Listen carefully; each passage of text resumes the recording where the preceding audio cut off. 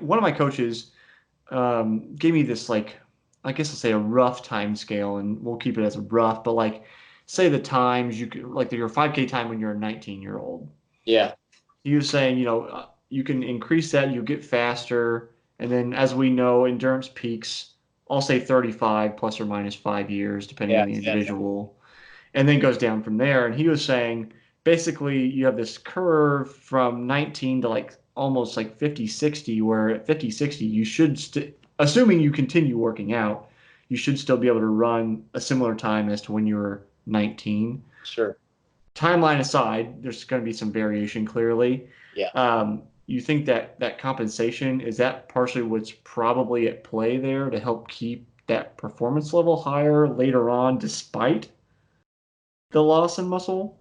Yeah, that's a good question. So to be honest, I don't think a whole lot is happening necessarily between 40, 50 with the muscle. Okay. I think most of that is going on later. Um, and if we look at what's actually limiting our performance, and you said a 5K, so we'll Yeah. go with Yeah. that.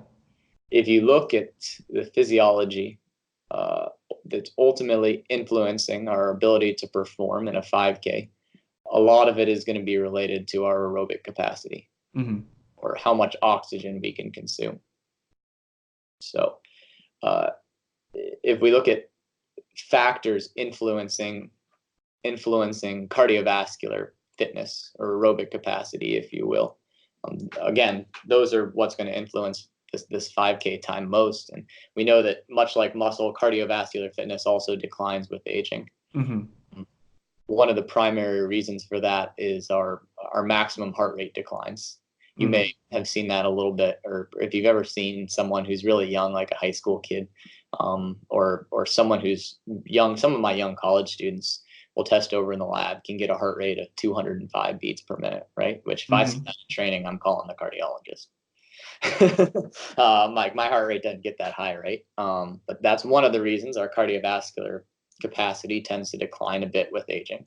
Hmm. And so one of the things that happens as we get older is our heart actually gets bigger. There's a scientist, his name's Ben Levine, and he's down in Texas, and he studies this in masters athletes. And so the heart gets bigger as a again compensatory mechanism Right. to compensate, if you will. Some may say compensatory mechanism. Others would say it gets bigger because you've finally given it enough stimulus. This takes a long time to evoke this hypertrophy of the heart.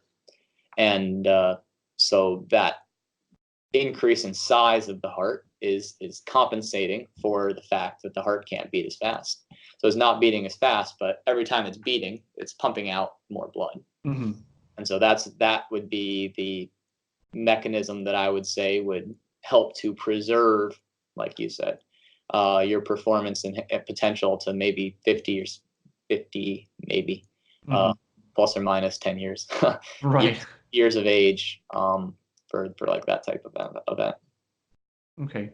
And I mean, does it, so since our aerobic capacity goes down, I would assume that like our maximum, I'll say like the genetic maximum of your VO2 max, that also probably goes down over time. So aerobic capacity, same VO2 max, those Okay. Same. same thing. I'd Okay. use those synonymously. Okay. Okay. So I was just like trying to get all my terms correct. Sorry, yeah. No, no, No, no, that's I fine. throw these things around and No, and part of it's like sometimes I know a fair about what we're talking about, and then sometimes it's like I only know enough to be dangerous.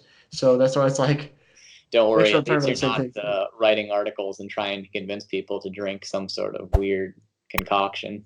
No, that's what I've got. As you see online, right? That's when it gets dangerous. That's what I've got you here for is to like clarify things. And that's like I always want to know what's going on. And anytime I like make a recommendation, or I don't know if you've seen anything about the company, but I make skincare products for athletes. And so anytime I'm going in to like formulate something, I'm digging through scholarly research to see like what what does the research say before I, try to make a formulation. And because there's so much I don't know what to call it. There's a lot of people that are shysters, basically, Oh, for sure. um, and it just irritates the heck out of me.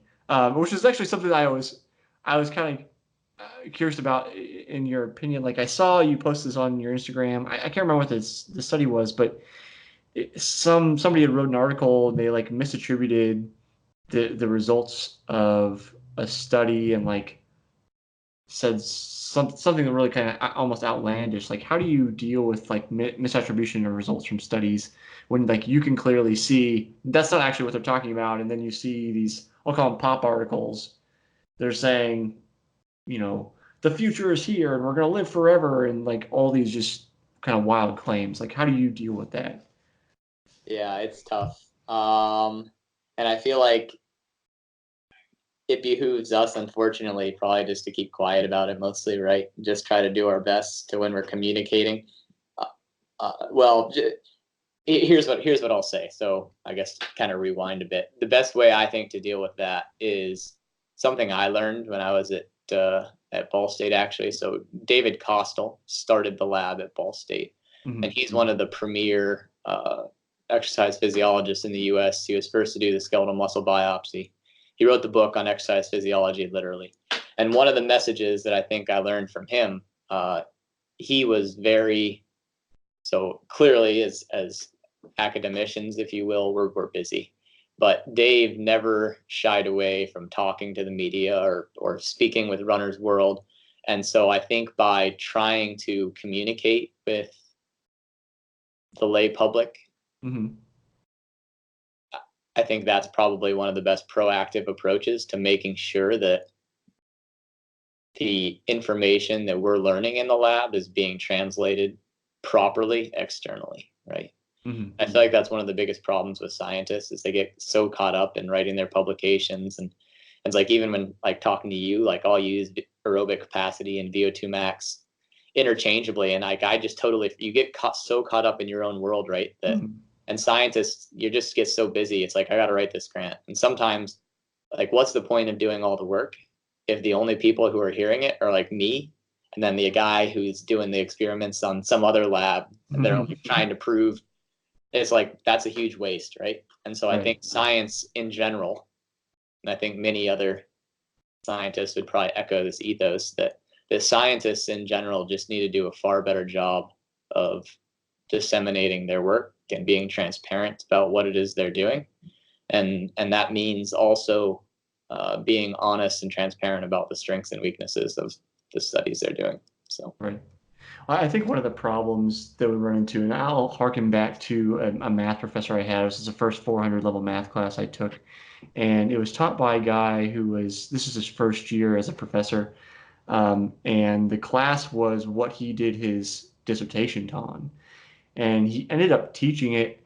We learned, I almost failed that class, and we learned after the fact that he was like, oh, I think I actually taught that at a graduate level instead of an undergraduate level. yeah, And I think the issue was more so that he was so into what he was doing and knew so much. He's so far down the rabbit hole in that field that he was unable at the time to pop back up with kind of a fresh look and think, okay, if I knew nothing, where would I start? exactly. So I think the issue is more a lack of skill on kind of like the academics part in knowing how to translate academic world to a lay person, which is why you get kind of a few like iconic people who don't necessarily always have the best academic background. Like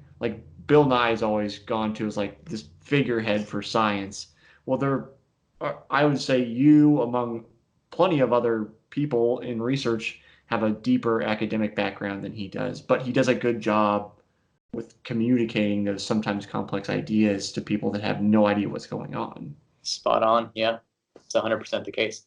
And that's why, like, I'm not trying to make a sales pitch here, but like on my Instagram, and it's actually faded away in the spring as I got busy, but I'll try to do my best at least to make like a 1 paragraph blurb about some sort of Yeah, science article that I read, because it's like, I feel like that's our responsibility as scientists, part of it. And it's like, I don't get paid to do that. Like, right. nowhere in my job contract are they going to look at my Instagram. Like when I go up for tenure, and Grosicki's got 15 Instagram posts since 2000, but He's not going to get tenure till he has 10,000 followers. I'll be in trouble. You better get me a lot of followers. Yeah. So, but there are people out there who are good at it. They're also, I'm not even going to mention any names because I don't want them getting any more followers, but there are absolute idiots out there that get, people worship their stuff. And yeah, well, there's also this intersection where like, I'm in marketing clearly because I have to market my products, but there is like a dark side of marketing where like you learn about these kind of psychological triggers with people and like how to communicate your message effectively. And when you're trying to, in my case, bring a product that solves people's problems, you're doing, at least in my opinion, good for the world. But there are people that understand those marketing principles and don't have good intentions and use them just to manipulate people to do whatever, they want them to do, whether it's give them money or fame or whatever it is. They figure out how to, kind of tweak these little triggers in people's heads, these kind of unconscious biases that we have. Um, so yeah, it's not as cut and dry as like the people that know the most are always the most popular or most like well spoken because they're two different skills. certainly, yep. I mean, the same thing with science. It's got its dark sides too, right? In the Yeah. end, your research has to tell a story, and if it doesn't, it's probably not going to get published. So, the way statistics can be done and the way things are written in the discussion, right? It's all Mhm. sales. Yeah. So I want to talk a little bit like I think this is what you're doing now. You're doing stuff with microbiome in your gut. That's probably the most so in the gut, but as you are aware, you're probably aware if you're making skin products, the skin has its own The microbiome. skin flora, yeah. And so yeah, our it's kind of crazy actually if you think about it. There's bacteria living all over us and around Mm. us and inside of us. But yeah, sorry, I cut you off there. No, you're fine. You're fine. Um, so first, some definitions, just so we're clear. Yeah. Microbiota versus microbiome. Yep. Simple. So, and a lot of people don't use it right. So the microbiota refers to the actual bacteria, bugs, if you will, right? Hmm. Microbiome they're frequently used interchangeably, but it actually refers to if you're looking at the gene expression of those bacteria. Okay, can you rephrase that a different way? Yeah. So here's the easiest way I'll describe it, right? If I had a bunch of bacteria, rather they're so small, Hmm. rather than going through and saying that's one of these, that's bacteria A, that's bacteria B, that's bacteria C. Hmm. I'm going to take all the bacteria, I'm going to stick them in a gene sequencer, if you will, Hmm. and I'm going to say, okay, I had X amount of gene expression from bacteria A, X amount of genes being expressed from bacteria B, and then this amount of genes being expressed from bacteria C. So really, you're just using gene expression to quantify which bacteria are or are not there. Does that make sense? Okay, let me see if I can try to rephrase. So is it more like the not the necessarily the specific bacteria that's present, but the function that they provide within the gut? So let me think about stuff. So the microbiota are actually the bacteria. I think we Okay. got that Right, right. right, right. The microbiome would just be the gene expression of that bacteria. So I'm so trying you to could break down the words gene expression into something else is so what I'm you could trying to do. identify, like, let's just say an earthworm based on its bacteria, Okay. or I'm sorry, based on its gene expression. You could identify a certain bacteria based on its gene expression. So we're quantifying the gene expression to understand what bacteria are present. Okay. I half follow, but I'm just trying to figure out what's coming out. Is it like with a gene expression? Are you looking? Is it like? Just the bacteria. Well, just the bacteria. First Well, of all, I know, but as so we're saying how many of this bacteria, how many of that bacteria. okay, so it's like you almost get like I think you showed like a pie chart of the various, like you looked at, I want to say you looked at different samples from, I think it was mice, and then you had like a twin study you talked about in your research, and then you like, I think you showed like compositional differences between samples between those people. Or is that what we're talking about? Yeah, exactly. Okay. It's all determined with the gene expression stuff. That's how Okay.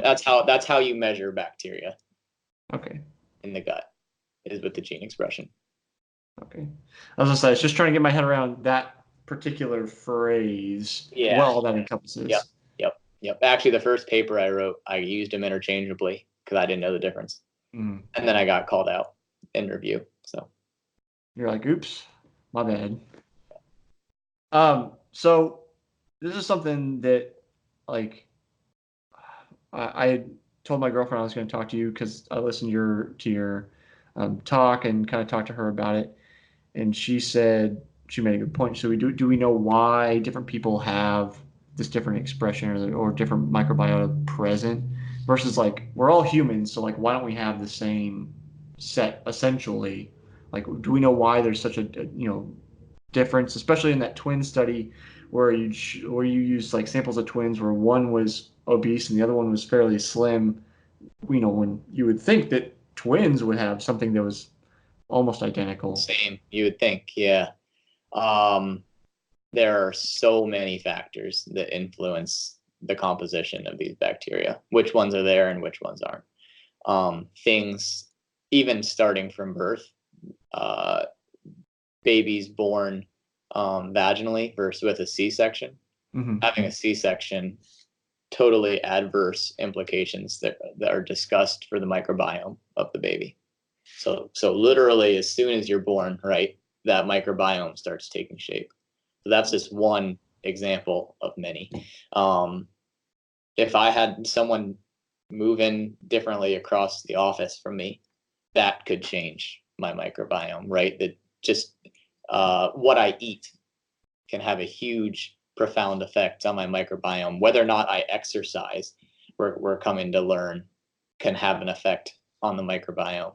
How much I sleep, and then it also, and this we don't really know, is how rapid can changes in the microbiome occur. Can they occur from day to day? Honestly, probably so. Mm-hmm. And those are all though that is a question that we're still trying to figure out.